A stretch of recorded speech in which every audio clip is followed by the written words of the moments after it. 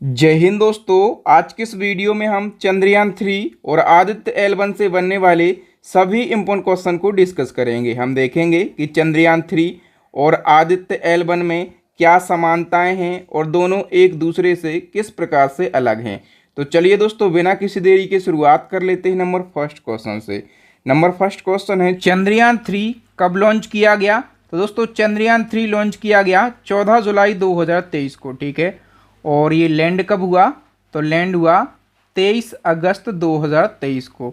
Next हमारा question है इसी क्रम में कि मिशन आदित्य L1 कब लॉन्च किया गया।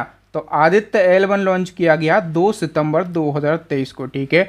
दोनों याद रखना है। नेक्स्ट हमारा क्वेश्चन है, चंद्रयान 3 को कहाँ से लॉन्च किया गया।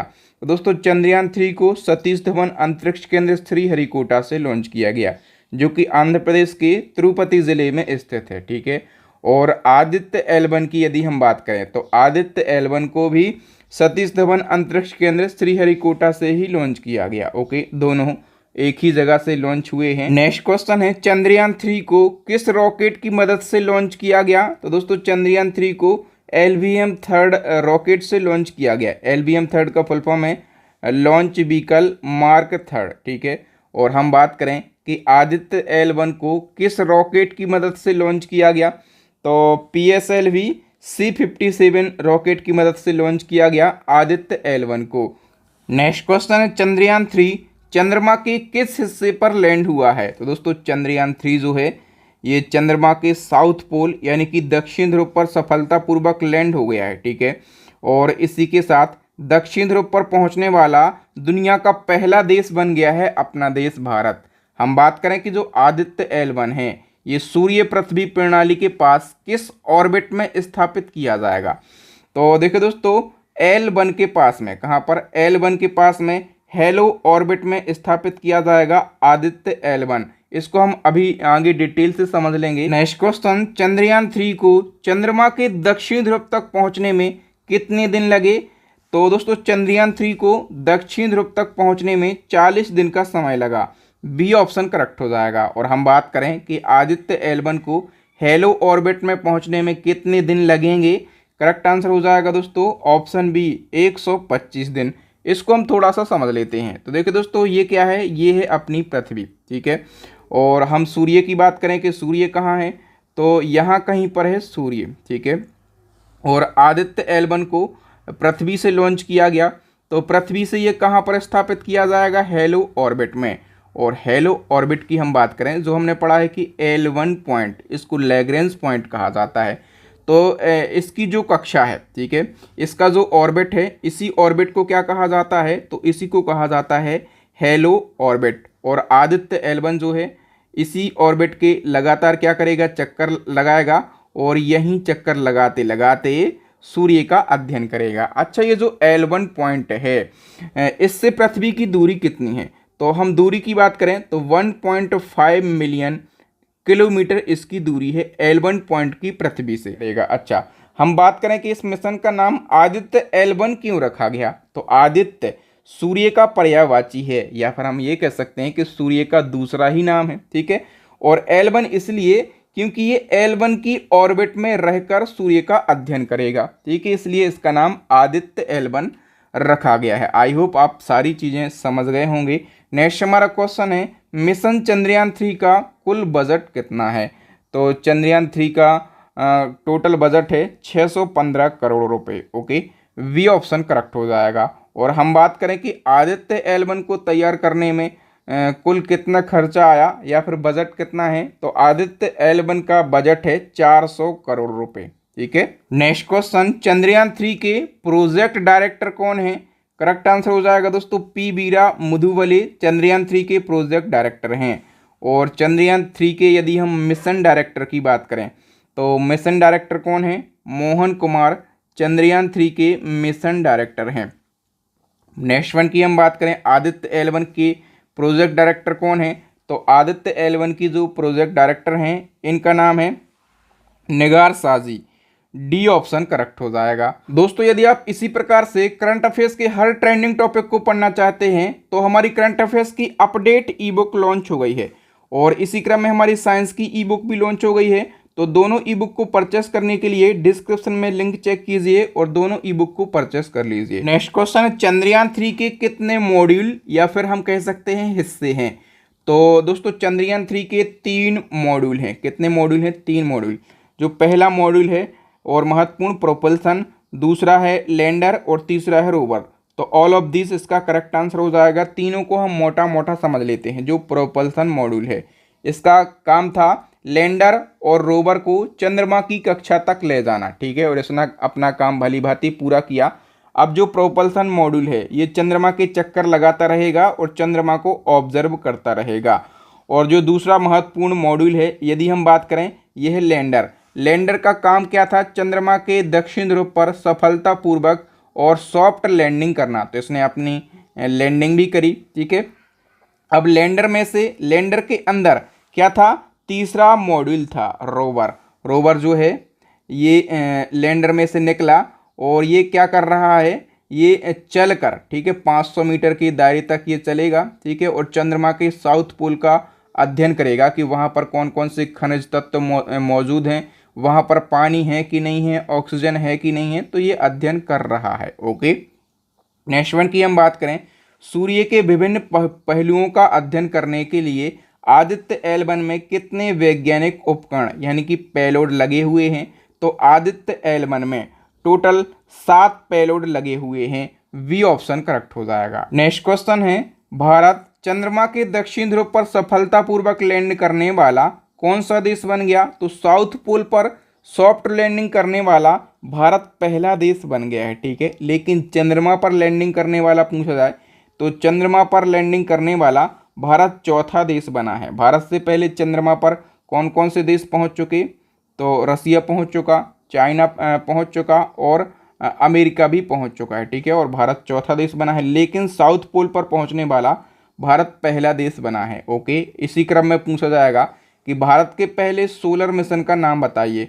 तो भारत का पहला सूर्य मिशन कौन सा है? Aditya L1। A option correct हो जाएगा। नेक्स्ट क्वेश्चन है, चंद्रयान 3 को किस संस्था ने लॉन्च किया?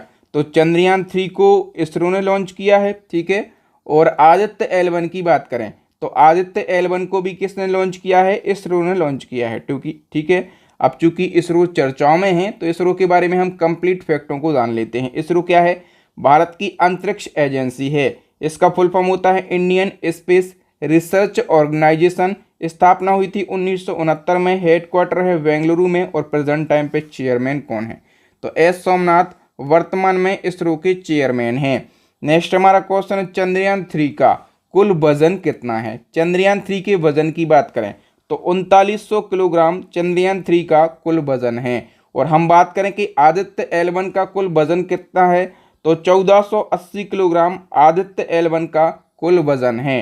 नेक्स्ट हमारा क्वेश्चन है, चांद पर जिस जगह पर चंद्रयान 3 का लैंडर लैंड हुआ है उस स्थान को किस नाम से जाना जाएगा? तो दोस्तों उस स्थान को शिव शक्ति पॉइंट के नाम से जाना जाएगा। कंप्लीट फैक्टों की हम बात कर लेते हैं। दोस्तों चंद्रयान 3 की सफल लैंडिंग के बाद पीएम नरेंद्र मोदी जी ने 3 बड़ी घोषणाएं करी हैं। 3 बड़ी घोषणाएं कौन कौन सी हैं? एक तो है कि 23 अगस्त को चंद्रयान 3 चंद्रमा के दक्षिण ध्रुव पर सफलतापूर्वक लैंड हुआ है। तो 23 अगस्त को अब कौन सा दिवस मनाया जाएगा? राष्ट्रीय अंतरिक्ष दिवस यानी कि नेशनल स्पेस डे मनाया जाएगा। दूसरी घोषणा करी है कि जिस जगह पर चंद्रयान 3 लैंड हुआ है उस स्थान को शिव शक्ति पॉइंट के नाम से जाना जाएगा। और तीसरी घोषणा है चंद्रयान 3 ने जिस स्थान पर अपने पद चिन्ह छोड़े हैं उस स्थान को तिरंगा पॉइंट के नाम से जाना जाएगा, ठीक है। तो राष्ट्रीय अंतरिक्ष दिवस अब किस तारीख को मनाया जाएगा? 23 अगस्त को मनाया जाएगा। ये तीनों घोषणा याद रखना, यहाँ से एक क्वेश्चन आपके एग्जाम में पूछा ही जाएगा। अभी बताइए कि पृथ्वी से चंद्रमा की औसत दूरी कितनी है? पृथ्वी से चंद्रमा की औसत दूरी की यदि हम बात करें तो 3,84,000 किलोमीटर है।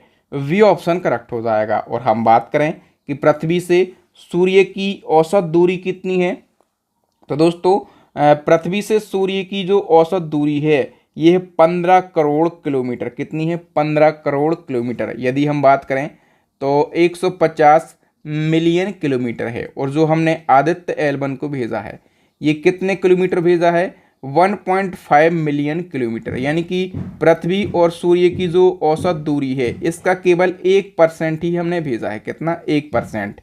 नेक्स्ट वन की हम बात करें, चंद्रमा के प्रकाश को पृथ्वी तक आने में कितना समय लगता है? तो जो चंद्रमा का प्रकाश है इसको पृथ्वी तक आने में 1.3 सेकंड का समय लगता है। बी ऑप्शन हमारा करेक्ट आंसर हो जाएगा। और इसी क्रम में यदि हम बात करें कि सूर्य के प्रकाश को पृथ्वी तक आने में कितना समय लगता है, तो सूर्य का जो प्रकाश है इसको पृथ्वी तक आने में 8.3 मिनट का समय लगता है। डी ऑप्शन करेक्ट हो जाएगा। नेक्स्ट हमारा क्वेश्चन है, पृथ्वी का एकमात्र प्राकृतिक उपग्रह कौन सा है? तो पृथ्वी का एकमात्र उपग्रह कौन सा है? चंद्रमा है। डी ऑप्शन करेक्ट हो जाएगा। नेक्स्ट क्वेश्चन है, पृथ्वी के सबसे नजदीक का तारा कौन सा है? तो पृथ्वी के सबसे नजदीक का जो तारा है वो सूर्य है। ठीक है, सूर्य क्या है? एक तारा है और ये पृथ्वी के सबसे नजदीक का तारा है। इसी क्रम में आपसे क्वेश्चन पूछा जाएगा कि सूर्य के बाद पृथ्वी से सबसे नज़दीकी तारा कौन सा है? तो मैंने बताया कि पृथ्वी के सबसे ज़्यादा पास में कौन सा तारा है? सूर्य है। ठीक है, और सूर्य के बाद क्या है? प्रॉक्सिमा सेंचुरी है। ठीक है, सी ऑप्शन करेक्ट हो जाएगा। और यदि प्रॉक्सिमा सेंचुरी के बाद पूछा जाए कि प्रॉक्सिमा सेंचुरी के बाद क्या है, तो अल्फा सेंचुरी है। ठीक है, ये क्रम याद रखना, पृथ्वी फिर सूर्य, सूर्य के बाद प्रॉक्सिमा सेंचुरी और प्रॉक्सिमा सेंचुरी के बाद अल्फा सेंचुरी। एक और क्वेश्चन का आंसर बताइए, सूर्य पृथ्वी से कितने गुना बड़ा है?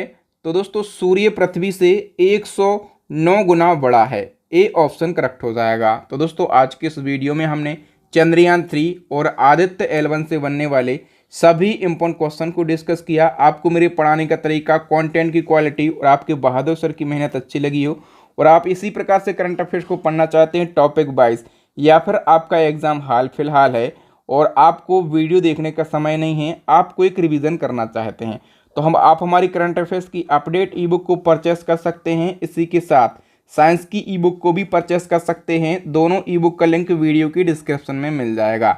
अभी अंतिम क्वेश्चन का आंसर बताइए, ये चैलेंजिंग क्वेश्चन है। रेलवे बोर्ड की पहली महिला चेयरमैन और CEO कौन बनी है? आप लोगों के लिए 4 ऑप्शन दिए गए हैं और यदि आप चाहें तो वर्तमान में कैबिनेट रेल मिनिस्टर कौन है, इनके बारे में भी लिख सकते हैं।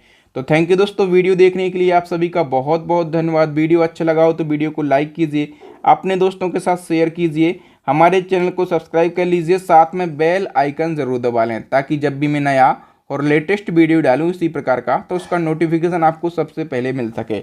इसी प्रकार के ट्रेंडिंग टॉपिक देखने के लिए हमारी प्लेलिस्ट को ज़रूर विजिट करें। प्लेलिस्ट की लिंक मिल जाएगी वीडियो के डिस्क्रिप्शन में या फिर आई बटन में। थैंक यू दोस्तों, मिलेंगे नेक्स्ट वीडियो में, तब तक के लिए जय हिंद।